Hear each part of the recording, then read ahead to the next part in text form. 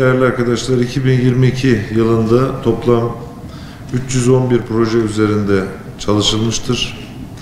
Bu projelerin 18'i tamamlanmış, diğer 293 projeden 115 proje devam etmektedir. 79 proje ihale aşamasında olup 95 proje çeşitli sebeplerle başlanılamamıştır. 4 proje ise tasfiye edilmiştir. İlimiz yatırım projelerine ilişkin çalışmalar 36 genel ve özel bütçeli kuruluş tarafından yürütülmektedir. Yatırımcı kuruluşlar tarafından yürütülen projelerin toplam değeri 11 milyar 373 milyon liradır.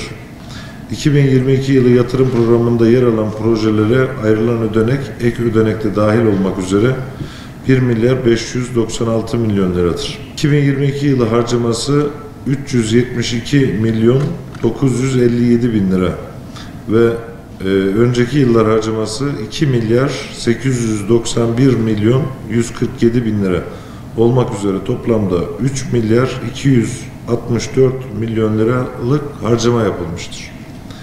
Nakdi gerçekleştirme oranı ise %27'dir. Projelerin toplam bedel üzerinden sektörel dağılımı, değerli arkadaşlar, enerji sektörü %31'lik payla en yüksek, daha sonra ulaştırma, sağlık, konut, tarım, eğitim, imalat, turizm gelmektedir.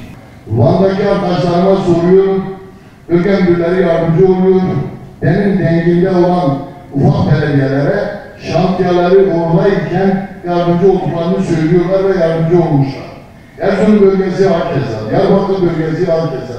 Nedense 8. bölgeye gelen tüm müdürler resmi yazı istiyor, yukarıda talimat geliyor, bakan bey veriyor, genel müdür veriyor, yardımcı olun, onu yapmıyor. Onun dışında köy yolunda 30 metre, 40 metre köyü geçerken köy yoluna 30 metre gidiyor. Benim şehir merkezinde 1 metre bile imar yolları, bağlantı yolları 1 metre bile gitmemiş. 1 metre.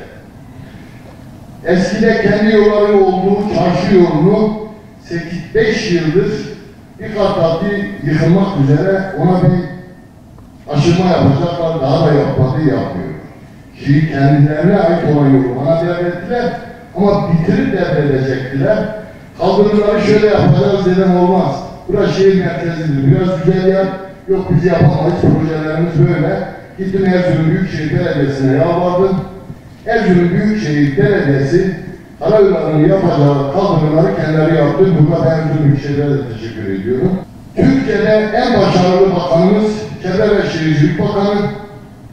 Çevre ve Şehircilik İl Müdürlüğümüzde hiçbir yazışmalar, hiçbir işimiz geçmiyor. Anadolu merkezde konutlarımızı yıktılar, bizi ortada bıraktılar. Ama maalesef alttaki bürokrasi engelleri ve işlerini yapamamaktan dolayı hem onlar yıpranıyor, hem vatandaş eziliyor, hem bizler arada kalıyoruz. Bölge müdürümüzden istirhamımız çok önemli bir çalışma bizim için, çok öncelikli bir çalışma. Çok büyük huzursuzlukların önümüzdeki dönemde yaşanabileceği bir durumla karşı karşıyayız. Çünkü kesintileri yine başlattık. Suyumuz yetmiyor. Yani bu köylüleri tabii ki ikna süreci evet 1-1,5 yıldan fazla bir süre aldı ama bugün artık geçen yıl proje ihalesi yapılan ama henüz bu konuda hala firmayla görüştüğümüz zaman, arkadaşlarla görüştüğümüz zaman hala bu proje, bu etüt çalışmalarının devam edeceği bilgisini alıyoruz. Bu bizi üzüyor gerçekten. Biz inşallah önemli mesafe kat ederiz. Ya içme suyu başka bir şeye benzemiyor. Ciddi anlamda şu an endişeliyiz. Bu içme suyunu bizim bu yıl içinde artık ihalesini yapmamız lazım. Ben Bingöl Belediyesi ve DSİ'ye ikisinin beraber yürüttüğü bir projeyle ilgili Sayın Valimizin zararı gelen köy suyumuzun bizim Çay Mahallemizin tam girişinde yaklaşık 2 yıldır karayolları çalışmasından dolayı havalı duruyor. Allah korusun orada bir patlama falan olursa Çay Mahallemizin ciddi bir zarar göreceği söz konusu olur. Bu konuyla ilgili bir çalışma yapıyorlar. Ne durumdadır diye onu soruyorum. İçinde 32 tane, 35 tane apartmanımız var. Bunların evleri yıkılmış, bunlar bağlıyoruz. Herhangi bir güvenmeden sağlanamıyor. Bunda halklarda ciddi bir rahatsızlık var. Orman Bölge Müdürümüzün gerçekten mikrohavza çerçevesinde Sancak'ta yaptıklarından dolayı kendilerine huzurunuza teşekkür ediyorum. Karayolları Bölge Müdürümüz sağ olsun göreve geldikten bu yana kadar en az 3-4 defa Sancakdoğru incelemelerde bulunmuşlar ve sorunlarımızda dikkate almışlar ve Sancakdoğru'da açtıkları için ben tekrar huzurunuzda kendilerine teşekkür ediyorum.